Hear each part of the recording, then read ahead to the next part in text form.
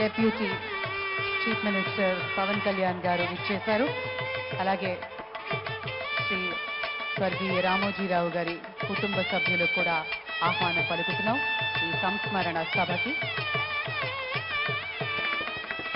అయితే మనమంతా కాస్త సభా మర్యాదని పాటిస్తూ ఈరోజు కార్యక్రమంలో సంయమనాన్ని క్రమశిక్షణని పాటిస్తూ అందరం పాల్గొందాం సవినయంగా మనవి చేసుకుంటున్నాము. విచ్చేసిన అతిథులకు ఆహ్వానం పలుకుతున్నాము.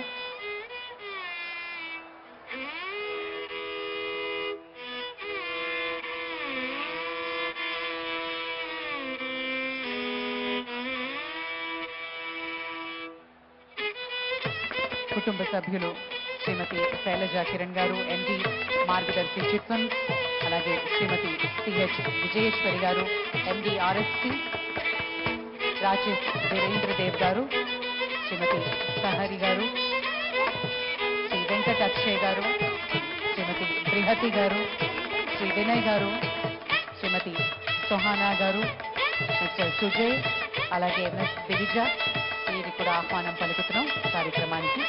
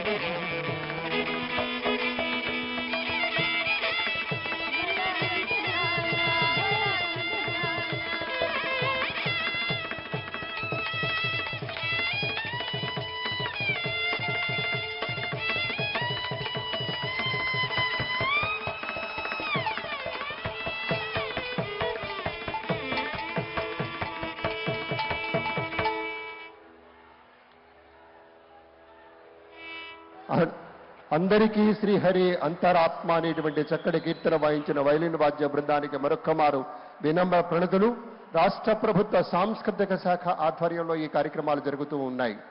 మన రామోజీరావు గారిని తలుచుకుంటూ చేసుకుంటున్నటువంటి కార్యక్రమానికి వేలాదిగా తరలివచ్చిన మీకు ప్రేమపూర్వకంగా ఈ కార్యక్రమంలో భాగస్వామ్యం తీసుకోమని చెప్తూ చాలామంది ప్రముఖులు విచ్చేశారు. ఈ వంక రామోజీరావు గారి యొక్క కుటుంబ సభ్యులంతా విచ్చేసి ఉన్నారు. వారి కుమారుడు కిరణ్ గారు, అలాగే కోడలు శైలజ గారు, మరొక కోడలు జయేశ్వరి గారు, వాళ్ళ యొక్క మనవలు మనవరాండ్రు వాళ్ళంతా విచ్చేశారు. అలాగే కుటుంబ సభ్యులు కృష్ణ ఎల్ల గారు వాళ్ళంతా కూడా విచ్చేశారు. ఈ కార్యక్రమంలో భాగస్వామ్యం తీసుకుంటూ ఉన్నారు. మరి కొంచెం సేపట్లో ముఖ్యమంత్రి వర్యులు ఇక్కడికి విచ్చేస్తారు.